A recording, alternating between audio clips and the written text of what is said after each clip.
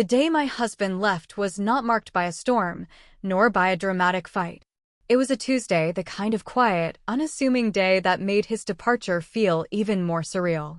My husband, Robert, a man of simple habits and predictable routines, had just returned from his morning round of golf. He came into the kitchen where I was arranging sunflowers in a vase, a little something to brighten the space. At 68, I had spent 45 years of my life with this man, and every one of those years, I believed, was built on a foundation of shared sacrifice and mutual respect. I was a simple woman. My life revolved around our home, our son, and the quiet joys of a long and loving marriage. The world outside, with its frantic pace and fleeting trends, seemed to have no hold on us. We were a fortress of stability, or so I thought. He cleared his throat. I remember the sound, a small, nervous tick I hadn't heard in years. "Eleanor," he began, "I have something to tell you." His voice was not the warm, familiar rumble I had known for decades. It was distant, cold, almost alien. I turned to face him, a smile still lingering on my face from the scent of the flowers. "I am leaving you." The words were so simple, so devoid of emotion, that they hung in the air like a cruel joke. I waited for him to laugh, to tell me it was a mistake, but he did not. His eyes, the same blue as the ocean we used to visit every summer, were filled with a strange, hard clarity. "I'm leaving you for someone else," he continued, as if reciting a well-rehearsed script. "Her name is Jessica. She is 28 years old, and she is my new secretary." The world, which a moment ago had been a gentle ballet of sunlight and flower petals, suddenly became a chaotic vortex of pain. I felt my knees weaken, and I had to clutch the edge of the kitchen counter to stay upright. Jessica. A girl who was not even born when Robert and I first built this house, the house I had poured my life, my love, and my modest savings into. The house was not just a collection of bricks and wood, it was a testament to our life together. Every piece of furniture held a story. The old oak table where we ate our first meals as a married couple, the worn armchair where Robert used to read the paper every morning, the bed we had shared for 45 years. Now, this girl, this Jessica, was going to walk through our door, into our memories, and erase me as if I had never existed.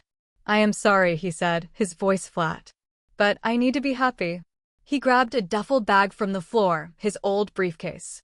"I'll be back for the rest of my things later. I've already hired a moving company to help." And with that, he was gone, a phantom in his own life, leaving me with a shattered vase, a house full of ghosts, and a heart that felt like it had been shredded to a million pieces. In the days that followed, I moved through the house in a daze. The silence was deafening. Every room, every object, was a painful reminder of a life that was now over. I didn't eat, I didn't sleep. My only company was the memories that haunted me, the whispers of a love that had now been revealed as a lie. Our son, Daniel, who lived in a neighboring state, rushed to my side as soon as he heard the news. He was furious. "How could he do this to you, Mom?" After all these years, he fumed. But my sorrow was too deep for anger. I simply felt a bone-deep, profound sense of betrayal. The days bled into weeks. I received a formal letter from Robert's lawyer, a cold, impersonal document that outlined his terms. He wanted to sell the house and divide the proceeds. He also demanded that I hand over half of our joint savings and a portion of my retirement funds. I was stunned. It was not enough that he had stolen my life and my happiness. He wanted to take my financial security too. I was not just a woman to be discarded. I was a financial asset to be liquidated. Then came the phone call. It was a lawyer I'd never met before, a woman with a slick, professional voice. "Mrs. Wembley," she said, "I represent Mr. Wembley and his new fiancée, Jessica. We have an offer for you. We would like you to sign the deed to your house over to Mr. Wembley, and we'll leave you with a generous sum of money to help you get a new place. It is a very generous offer, considering the circumstances." I listened, my heart pounding in my chest. The audacity, the sheer gall of it all. She was offering me a pittance for the home I had built and loved for 45 years. I wanted to scream, to cry, but something inside me, something cold and hard, finally snapped. I took a deep breath. My husband, The man who had promised to love me until his dying day was now trying to steal my home and my dignity. He thought I was just a frail, broken old woman, a relic from his past. He thought I would bend, that I would break. But he was wrong. He had forgotten one crucial detail, a detail that would make all the difference in the world. He had forgotten that he was not the only one with a signature. The lawyer's call was the final nail in the coffin of my former life. The woman on the other end, who introduced herself as Miss Harrison, spoke with a condescending, saccharine tone that grated on my nerves. She was not offering a fair settlement. She was trying to rob me blind. I listened to her spiel about Robert's generous offer, her voice dripping with false concern, and a cold, hard resolve began to form within me. I was not a charity case. I was not a woman to be pushed aside and forgotten. I was Eleanor, and I was about to remind them all of that fact. After I hung up, I went straight to my desk in the library, a space that had always been my sanctuary. I pulled out a small black box from a hidden drawer. Inside, nestled among old letters from Robert and a few of my mother's pearl earrings, was a stack of legal documents. Over the years, with Thomas, my late husband's guidance, and a little bit of common sense, I had quietly and meticulously managed our finances. Robert had been the public face of our wealth, the man who signed the big checks and attended the fancy dinners, but I had been the one who handled the money, who made the shrewd investments, who diversified our assets in ways he never would have dreamed of. He was a builder of physical structures, of bridges and homes, but I was a builder of a financial fortress, and he was about to realize that his was a house of cards. My first call was to Mr. Davies, the family lawyer who had handled our affairs since before Robert and I were married. He was an old friend, a man who had watched our family grow and prosper. He listened to my story in silence, his voice growing grimmer with each passing moment. "Eleanor," he said, his voice heavy with concern, "I'm so sorry this is happening to you. But I can help." He reminded me of a little-known detail. The deed to our house was solely in my name, a gift from my late father to protect me from any possible financial hardship. Robert had been too busy and too confident to ever ask me to add his name to the deed. He was a man who believed in trust, but his trust had been a shield for his own carelessness, and now it would be my sword. That day, I went to the bank, and my purpose was no longer just to withdraw money for a family dinner. I was there to reclaim my life. The bank manager, a young, polite woman who knew me well, watched with a quiet curiosity as I closed all of our joint accounts and transferred every last penny into a new account, a private, personal account that only I could access. I then gave her a formal power of attorney, naming my son Daniel as a beneficiary in the event of my death, a quiet act of rebellion against the man who had left me for a younger woman. Robert, meanwhile, was living in a bubble of blissful ignorance, convinced that his future with Jessica was secured. He called me once, his voice a strange mix of condescension and false concern. "Eleanor," he said, "I have to tell you, Jessica is struggling with the idea of living in a small place. We need to finalize the sale of the house so we can get our money and buy a new place. We have a dream house we want to buy, a big beautiful place with a pool and a big garden. We're going to build a new life, a new family, a real family." His words hit me like a physical blow. He was not just leaving me, he was erasing our entire life together. The house, the garden, our memories, they were just a means to an end for him, a tool to get what he wanted. He talked about real family, a phrase that, coming from him, was a bitter and twisted joke. He didn't know that my life was not just about him and his needs. My life was about my own dreams, my own dignity, and the legacy of my love for my late husband. I had plans, and he, in his arrogance, had no idea what was coming. The lawyer's offer was the final piece of the puzzle. Robert, in his self-absorption, had no idea that I was not just a woman who had been discarded, but a woman with a plan. His lawyer's phone calls, full of hollow threats and condescending offers, only strengthened my resolve. They thought I would break. They thought I would crumble. But they were wrong. The day I got the call from Mr. Davies, the lawyer, was the day my revenge began. He had, with his quiet competence and methodical diligence, secured everything I had asked for. The deed to the house was in my name, and the legal papers were watertight. I had, with a single unyielding signature, secured my future and severed my ties to the man who had so callously betrayed me. The silence that followed was a beautiful, profound thing. Robert, in his hubris, had no idea that his plans for a new life, a new family, were about to come crashing down. He had, with a simple flick of his pen, signed over a significant portion of his wealth to Jessica, a girl who, in her greed, had convinced him to liquidate a large portion of his investments to fund a lavish lifestyle. He was living on borrowed time and borrowed money, a man who, in his late 60s, had foolishly traded his golden years for a fleeting moment of excitement. One day, I received a phone call from a friend, a woman who had known me and Robert for years. She was a kind, honest woman, and her voice was filled with a mix of shock and disgust. "Eleanor," she said, her voice barely a whisper, "I saw Robert today. He was with that girl, that Jessica. They were at a car dealership, looking at a new sports car. He was smiling, Eleanor, as if he didn't have a care in the world." My heart, which had been a frozen block of ice for months, felt a flicker of something that was not sadness or anger, but a profound and overwhelming sense of purpose. He was living a lie. He was flaunting his new life, his new woman, with a recklessness that was breathtaking in its arrogance. He had no idea that I, the woman he had so easily cast aside, was about to pull the rug out from under his feet. He had forgotten one thing, the house. He had been so confident that he would be able to sell it and live a life of luxury that he had failed to consider the possibility that I, the woman he had so casually discarded, was the only one who could give him what he wanted. And so, my revenge began. It was not a grand or public affair. It was quiet, subtle, and meticulously planned. I started by getting a new car, a sleek, black luxury SUV that I had always wanted but never allowed myself to buy. I drove it to a car dealership, a public space where, as fate would have it, Robert and Jessica were looking at a sports car. I saw them from a distance, their faces a canvas of youthful happiness and blissful ignorance.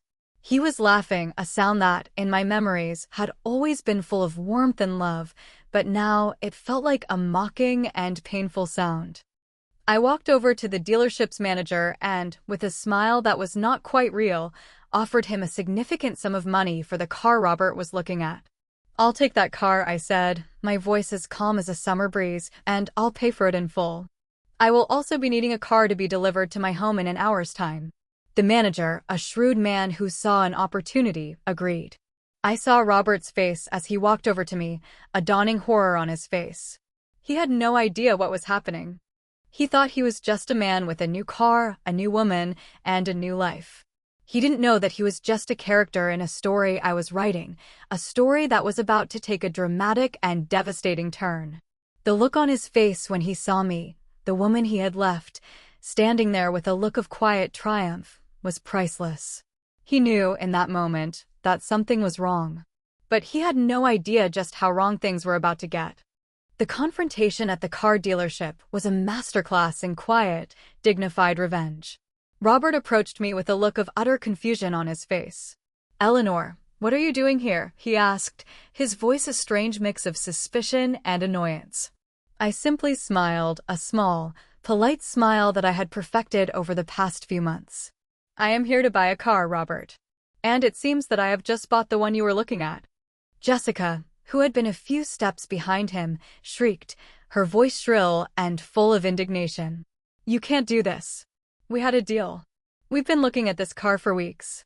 I looked at her, a girl so young and so full of entitlement, and felt a profound, almost pitying sense of detachment. She was not a villain in my story. She was a symptom of a much larger disease. Robert's face was a study in shock. He looked at me, at the car, then back at me, as if trying to piece together a puzzle that was missing 100 pieces. "Eleanor, what is going on?" he asked, his voice filled with a desperate, childlike plea. "You have no right to do this. You're ruining everything." The words were a bitter and ironic echo of his own actions. I had every right. He had, in his arrogance, forgotten that I was not a woman to be discarded and forgotten. He had thought that I was just a frail, broken old woman, a relic from his past. But I was not a ghost. I was a force of nature, and my time for revenge had come. I pulled out the deed to our house, the one that was solely in my name, and handed it to him. He stared at it, his eyes wide with disbelief, as if he was seeing a ghost.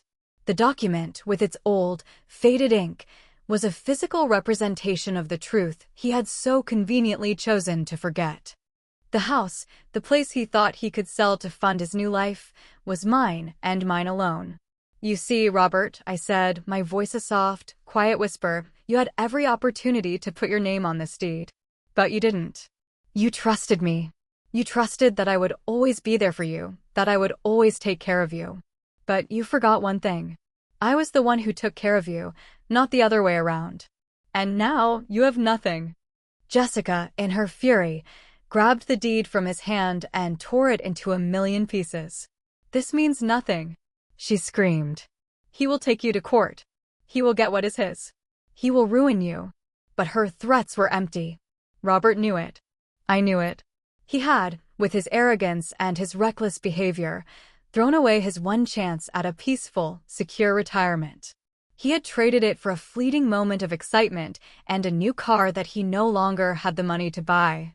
The man who had once built bridges and roads, a man who believed in foundations, was now living on a foundation of sand, and his world was about to come crashing down. I watched him, a man so full of himself and so full of a lie, and I felt a strange sense of pity. He was a prisoner of his own arrogance, a man who had chosen a life of fleeting pleasures over a life of quiet dignity and respect. I had every right to be angry, to be bitter, to be furious, but I wasn't. I was simply a woman who had, with a single, unyielding signature, taken back her life. And in that moment, in the face of his pathetic, self-inflicted misery, I felt a sense of peace that I had not felt in years. The aftermath was exactly as I had predicted. The legal battle was short and swift. Robert's lawyer, a shrewd man with a conscience, advised him to cut his losses. He had no case. The house was mine, and the money I had moved to my private account was mine as well. Robert, in his humiliation, was left with nothing but his final pension payments and the few personal belongings he had managed to take with him. He was a man with a sports car, an extravagant lifestyle, and a new fiancée, but he was also a man who was now homeless and penniless. Jessica, in her greed, had also been left with nothing. The woman who had promised him a life of luxury and excitement, who had convinced him to spend his life savings on lavish vacations and an expensive car, had, in the face of his financial ruin, abandoned him. The marriage that they had so gleefully planned, with its lavish party and expensive rings, was now a distant, pathetic memory. She had, in her avarice, been exposed for what she truly was, a gold digger, and she was not about to stay with a man who had nothing left to give her. Our son, Daniel, who had stood by me through it all, was now my partner in my new life. He helped me sell the house, a grand and beautiful house that was now a prison of sad memories. I took the money from the sale and the savings I had so meticulously managed and bought a beautiful, luxurious condo in a new neighborhood, a place where I could start over. A place where I could, for the first time in my life, be a woman, not a wife, not a mother, but simply Eleanor. My life, which had been a symphony of shared moments and mutual sacrifices, was now a solo performance, and it was a beautiful thing. I spent my days reading, painting, and traveling.